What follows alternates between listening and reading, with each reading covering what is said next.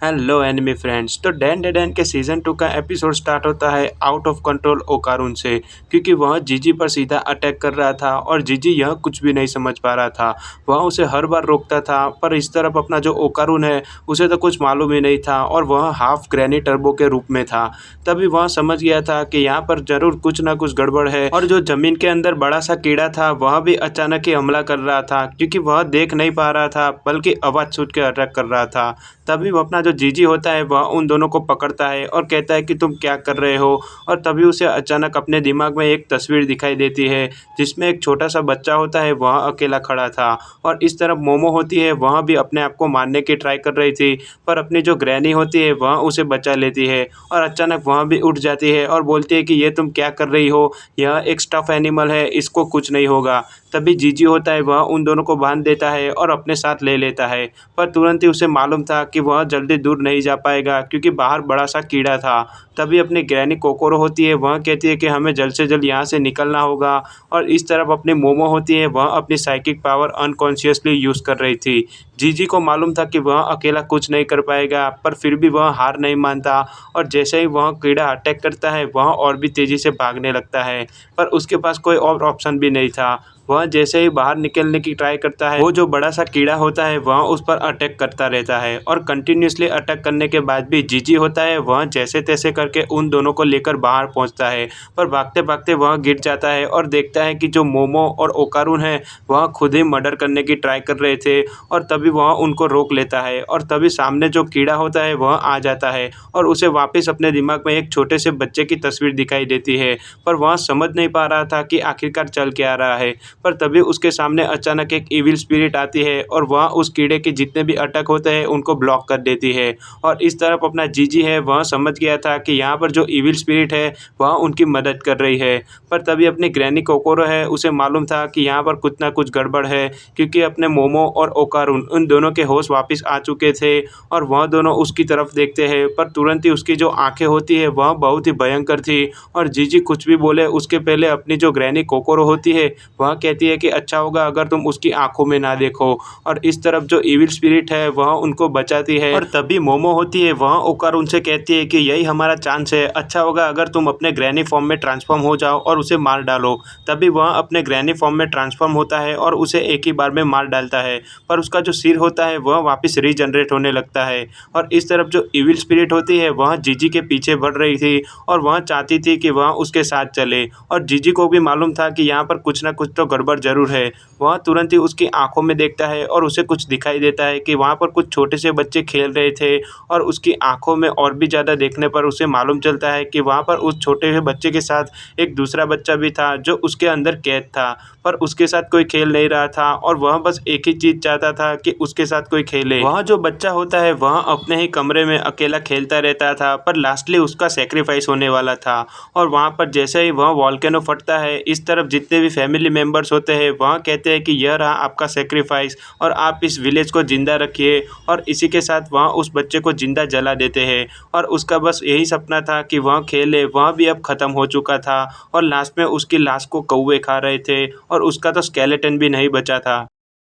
और इसी के साथ यहाँ पर जो बच्चा है वह गोस्ट बन चुका था। वह तरह तरह की फैमिली को देखता था और उसके जो छोटे बच्चे थे वह उसे देख भी पा रहे थे, पर वह जैसे ही फैमिली को देखता था उसके जितने भी मॉम डैड थे वह सब मर जाते थे। और यही था उसका डेविल पावर, क्योंकि उसे मालूम नहीं चल रहा था कि वह गोस्ट है या इंसान, और उसके बाल है वह दिन पर दिन बढ़ते जा रहे थे। तभी उसके नीचे से एक अलग ही एनर्जी आती थी और उसे मालूम नहीं चलता था, पर वह दूसरे बच्चों के देखकर बहुत ही ज़्यादा खुश होता था। और इस तरफ जितने भी छोटे बच्चे थे उनके मॉम डैड मर चुके थे और वह बहुत ही ज़्यादा दुखी थे। तभी वहाँ पर हमें मालूम चलता है कि एक दिन वह छोटा बच्चा होता है, वह उसी फैमिली के पास जाता है जिसके घर में जीजी रहते थे, और यहाँ पर जितने भी फैमिली मेम्बर थे वह सब और कुछ नहीं बल्कि छोटों बच्चों के सेक्रीफाइस देते थे। और यह बच्चा तुरंत ही समझ गया था कि यहाँ पर जो बच्चा है वह मरने वाला है और वह उसकी मदद करना चाहता था, पर आखिरकार वह तो घोस्ट था, वह उसे कितना भी ट्राई कर ले उसे बचा नहीं पाया। और इसी के साथ यहाँ पर जो सैड स्टोरी होती है वह एंड होती है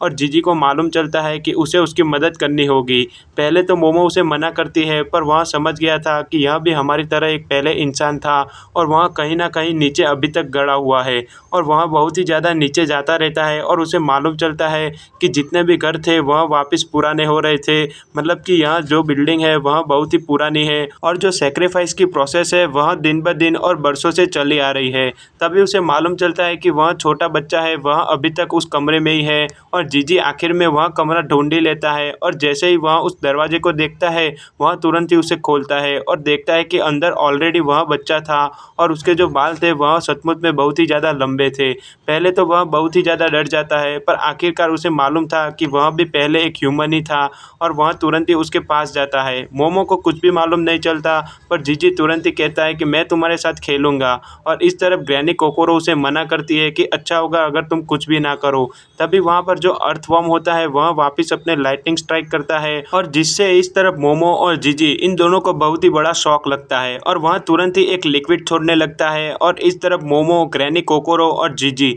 यह तीनों की तीनों डूबने लगते हैं। पर उसे मालूम था कि यहाँ पर ओकारुन कहीं ना कहीं होगा, पर ओकारुन ऑलरेडी बेहोश था और उसे मालूम नहीं था कि उसके साथ क्या हो रहा है। तभी जीजी होता है, उसे भी यह सब मालूम नहीं था और वह बेहोश हो रहा था और इस तरफ मोमो उसे बचाने की ट्राई करती है, पर वह उसे बचा नहीं पाती और अपना जो जीजी है वह उसके माइंड के स्टेट में था जहाँ पर वह छोटे से बच्चे को मिलता है और कहता है कि मैं तुम्हारे साथ खेलूंगा, तुम चाहे उतना टाइम ले लो क्योंकि मुझे मालूम है कि तुम भी खेलना ही चाहते थे। पर तुरंत ही वह देखता है कि उसकी हालत थी वह बहुत ही ज़्यादा बुरी थी और वह मरने की कगार पर था। पर जैसे तैसे करके वह बच्चा भी हिम्मत करता है और बोलता है कि हाँ, मैं भी तुम्हारे साथ खेलना ही चाहता हूँ। जीजी होता है वह पहले तो बहुत ही ज़्यादा खुश हो जाता है क्योंकि वह जो छोटा सा बच्चा था वह सचमुच में बहुत ही ज़्यादा खुश था। पर तुरंत ही वह उसकी पूरी की पूरी बॉडी पर कंट्रोल ले लेता है और अपना जो जीजी है वह उसके कंट्रोल में था। दूसरी तरफ मोमो और ग्रैनी कोकोरो यह दोनों तो बहुत ही ज़्यादा खतरे में थे क्योंकि उनके पास ज़्यादा पावर नहीं थी और जो अर्थवर्म था वह उस पर अटैक करने वाला था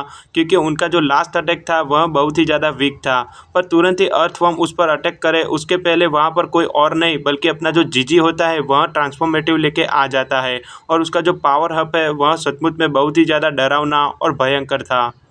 पहले तो मोमो कुछ भी नहीं समझ पाती और सोचती है कि आखिरकार यह है कौन और इसके पास इतनी पावर कैसे है। पर तुरंत ही ग्रैनी कोकोरो कहती है कि देखो, मैंने उसे पहले ही कहा था कि उस इविल स्पिरिट से दूर रहे क्योंकि उसकी जो पावर है उसे बस उसे कंट्रोल करना चाहती थी और कुछ नहीं। और तुरंत ही जीजी उस पर अटैक करता है। वैसे तो मोमो उसका अटैक डॉज कर लेती है, पर उसे मालूम था कि उसकी पावर के सामने उसका पावर कुछ भी नहीं है और वह उस पर अटैक करता ही रहता है। तभी वहाँ पर जो अर्थवर्म होता है वह वापस आ जाता है और अपना जो जीजी होता है वह तो उसके कंट्रोल में था और वह तुरंत ही उसकी नेगेटिविटी पावर से जितने भी अटैक है उन्हें ब्लॉक कर देता था और वह बोलता है कि यहाँ पर जितने भी घर हैं उनके सारे के सारे फैमिली मेम्बर मर चुके हैं और यह उनका एविल स्पिरिट का पावर है। तो मैं चाहता हूँ कि तुम भी चखो जरा कि इसका पावर कितना ज़्यादा है। वह तुरंत ही एक बॉल बनाता है और उसे हवा में मारता है और उससे जितने भी अर्थवर्म के पार्ट से वह सब टूटने लगते हैं। जीजी का जो ट्रांसफॉर्मेटिव फॉर्म था वह वहाँ पर रुकता नहीं है और वह कंटिन्यूसली उस पर अटैक करता ही रहता है और इस तरफ अर्थवर्म है वह धीमे धीमे मरने भी लगा था और उसका जो बॉल का अटैक था वह सचमुच में बहुत ही ज़्यादा पावरफुल और भयंकर था। इस तरफ अर्थवर्म होता है वह तुरंत ही उससे डरकर वापस भाग जाता है और उसे मालूम था कि वह उसके सामने जीत भी नहीं पाएगा। तभी मोमो और ग्रैनी कोकोरो वह कहती है कि हमें जल्द से जल्द यहाँ से निकलना होगा क्योंकि जीजी है वह सचमुच में एक जीनियस है और उसका जो पावर अप है वह सचमुच में बहुत ही ज़्यादा स्ट्रॉन्ग है। तभी इस तरफ मोमो को कुछ भी मालूम नहीं चला कि यह जीजी के साथ क्या हो रहा है और ग्रैनी कोकोरो कहती है कि देखो, पहले तो सब बच्चे नॉर्मली होते हैं, पर जैसे ही उनका पावर अप होता है उनके पास अलग पर्सनालिटी आ जाती है। और इस तरफ मोमो को मालूम चल गया था कि यह जीजी है, यह उसका ट्रांसफॉर्मेटिव और सबसे पावरफुल फॉर्म है। वह जीजी था और वह तुरंत ही अपने स्पिरिट बॉल से वापस उस पर अटैक करता है और अपनी मोमो होती है वह उसे डॉज करने की ट्राई भी करती है, पर तुरंत ही वह उसको एक पंच मारता है और अपनी मोमो होती है वह वापस नॉकआउट हो जाती है। और इसी के साथ उनकी जो फाइट की बैटल बैटल होती है वह कंटिन्यूस था और इस तरफ मोमो को मालूम था कि वह उसके अटैक के सामने नहीं जीत पाएगी। तुरंत ही वह एक वर्ल्ड से वापस अटैक करने वाला था कि वहाँ पर अपना ओकारुन होता है वह उसे आकर डॉज कर देता है और बोलता है कि मोमो को आज तक किसी ने भी नहीं छुआ है और मैं तुम्हें छूने भी नहीं दूंगा। तो अच्छा होगा अगर तुम अपने वापस फॉर्म में आ जाओ और यहाँ से चुपचाप कट लो। और इसी के साथ यहाँ पर अगले एपिसोड में बहुत ही खतरनाक फाइट होने वाली है। चलिए दोस्तों, मिलते हैं अगले एपिसोड के साथ।